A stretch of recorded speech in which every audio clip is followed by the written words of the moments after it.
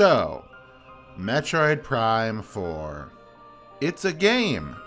It's a real game that exists and is coming out this year. People on this planet have played Metroid Prime 4.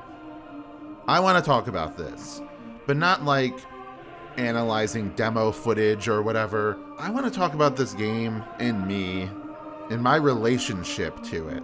You might know me on the internet as the guy who makes cartoon videos about shows nobody likes, but if you are closer to me, then you probably know my feelings towards Metroid Prime 4. My obsession, my incessant posting, my hype and devastation every moment I spend thinking about it.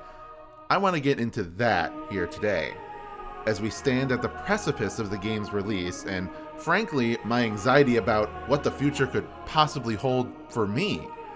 I made a similar video like this for when Dread came out on my main channel years ago, but this time, I assure you, is a very different kind of video. Let's go back, all the way back, to Metroid Prime 3. I've mentioned it here and there, but this game is in fact the most excited I've ever been for any video game. Back then, Prime and Prime 2 were my whole world. Hell, I even played the absolute shit out of Prime Hunters as a dumbass 11-year-old waiting for salvation. My internet homepage was basically the Metroid database, and I spent almost every waking moment yapping to my brother and his friends and my friends about the series. It was a proper hyperfixation. You know, unlike now where I'm 30 and I'm making YouTube videos and fuck, it's exactly the same. I don't know if I'll make a full video on it alone at some point, but needless to say, the original Metroid Prime is my favorite game. I think I like it more than napping or money or Brazilian steakhouses. It may be a cop-out explanation, but the game just has a vibe to it, a sense of being, a world that is so real, yet so liminal, an embodiment of a time and place that defined who I am as a person. I got the second game on the holidays of 2004, and it quickly became a new personality trait. I think at the time I thought Prime 2 was even better than the first, because it was newer, bigger, there were moth guys and dark Cthulhu monsters. I've gone back and forth on this, but I definitely think Prime 2 has nestled its way right beside the first, for me, in my heart. So yes, I was obsessed. I was doing nothing but waiting for Metroid Prime 3 with bated breath. It was going to be the biggest, most epic, the end of the trilogy. I literally still feel that hype anytime I boot the game up today. Those final days of summer vacation before facing the reality of middle school. What did I think about this magnificent new game? It was pretty good.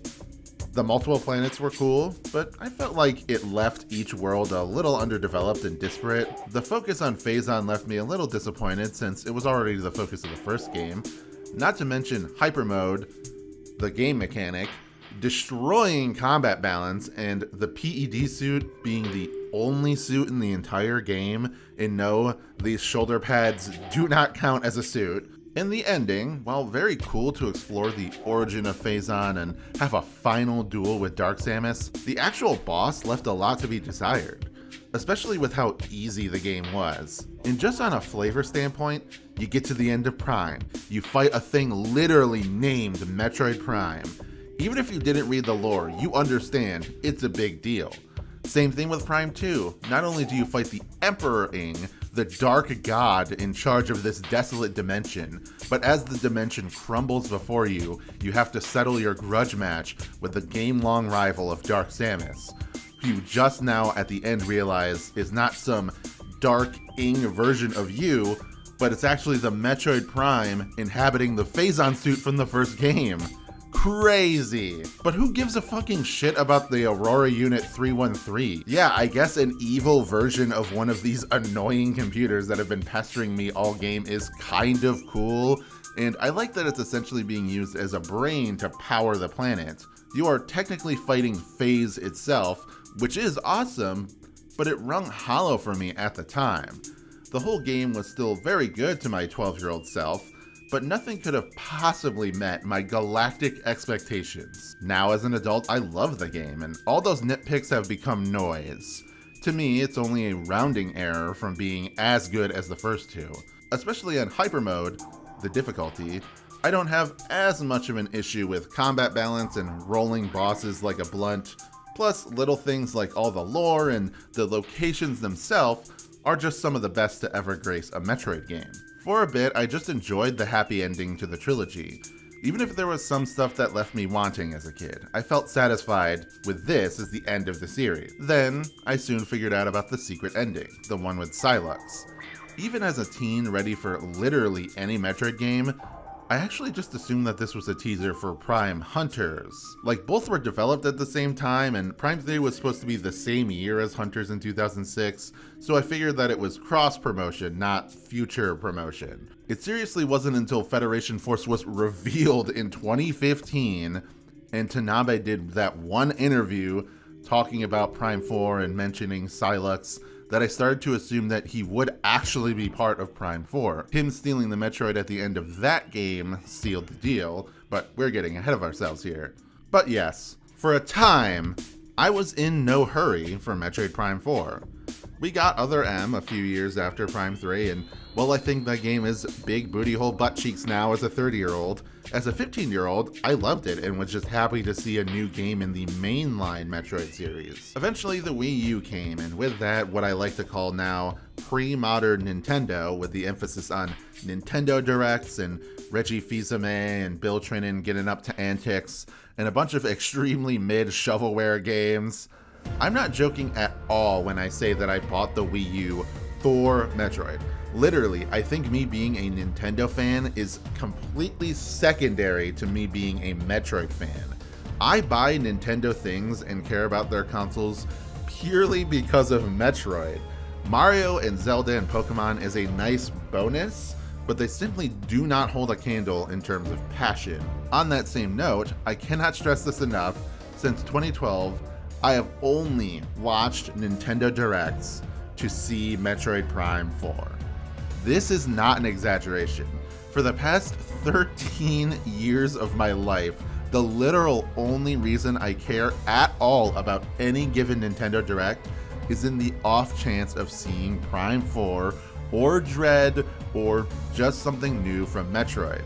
I was one of the people genuinely devastated by the announcement of DKC Tropical Freeze at E3 2013.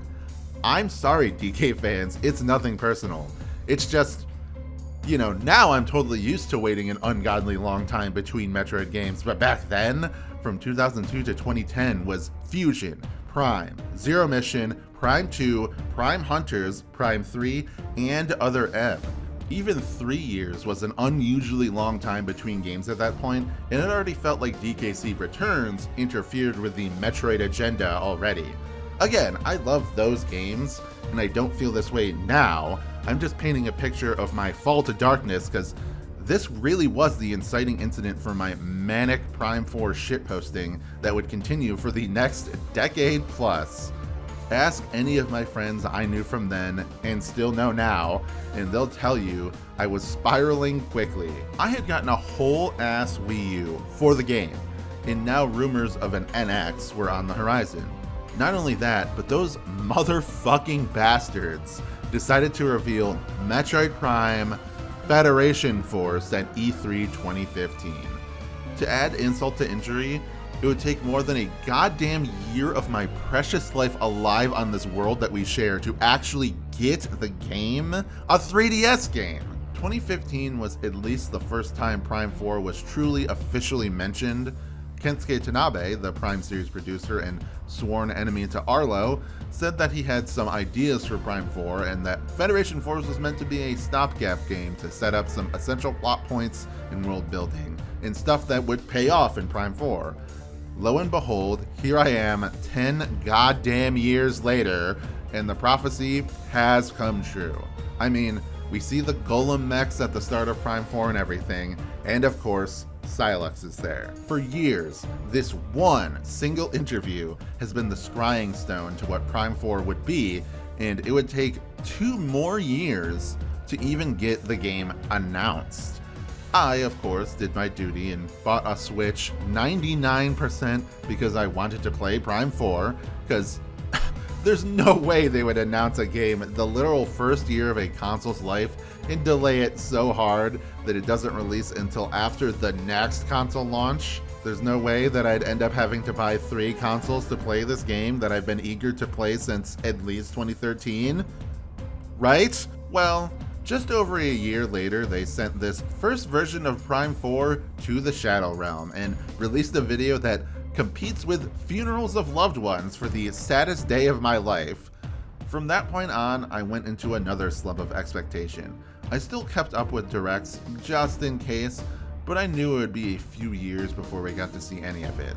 At this point, I was huffing the copium super hard and assuming that they were at least using some of what the previous build has in this current version, but seeing as it took over 5 human years to see this fucking game after that reboot, and more than a year after that to actually release it, I think they really did just start from scratch and possibly even had to invent computing again from scratch as well. But yes, through every direct and every crushing defeat and maybe next time and being genuinely mad that they remade the 1,000-Year Door just to have one more thing out of fucking nowhere that wasn't Prime 4, Destiny has rewarded my patience and we finally got to see Prime 4 in June of 2024. Now, while the Wii U was a complete waste of money and a huge piece of shit that I actually regret ever buying, the Switch is an incredible console regardless of if I will actually be playing Metroid Prime 4 on it. It gave me Mario Odyssey, Xenoblade 2 and 3, Fire Emblem Three Houses, Pikmin 4, Mario Wonder, and of course Metroid Dread.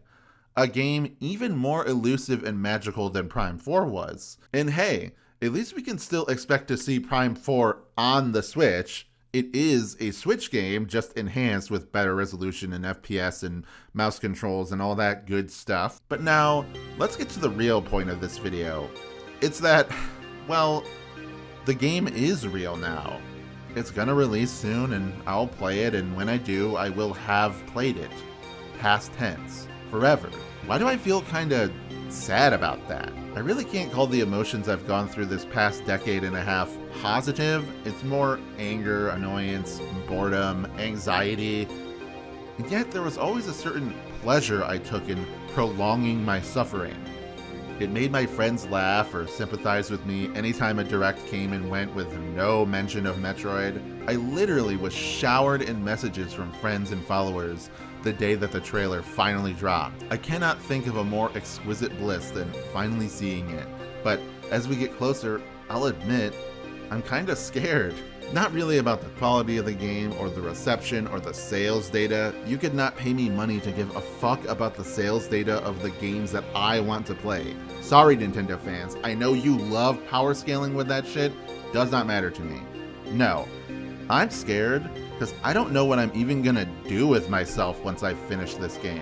I've put so much of myself into loudly talking about this game, waiting, complaining, theorizing, nights and years of my life spent daydreaming and dreaming about what could be in this game, what those first moments might feel like, what will be left when it's come and gone. Do I just move on like it never happened? Do I love the game and experience tremendous grief at the same time? Do I move on to a different thing to wait for? Metroid Prime 5? Metroid 6? Yeah, I want those things, but they're no Metroid Prime 4. They are games that will probably come out reasonably soon with a healthy amount of fanfare and anticipation. Hell, maybe Prime 5 will blow Prime 4 out of the water in terms of quality and visuals. That's not the point though. I didn't wait from childhood to my 30s for that game. I didn't talk to my friends and coworkers every single time even a speck of news or rumor or theory came my way about that game. Nothing will ever be like that, and probably nothing will ever be the same after that, and that scares me. But if I can look back at Dread and the other Prime games, or, you know, basically every other Metroid game ever, and still get joy from them in familiar and new ways, maybe the void won't be as tough to handle. As long as I have the game and my love for the series, I think I'll be okay. Maybe there won't be a long-term obsession ever again. Maybe that's a relic of a younger, more naive me. Maybe that's freeing instead of being the end of the world to finally be able to bury that part of me. I guess we'll just have to see soon when I finally play Metroid Prime 4 as it's coming out this year. Okay, but I actually do have some theories about Metroid Prime 5. I think it's going to be about Trace from Hunters and the Kraken Empire. I think that would be awesome, and then Spyro and Noxus will show up, and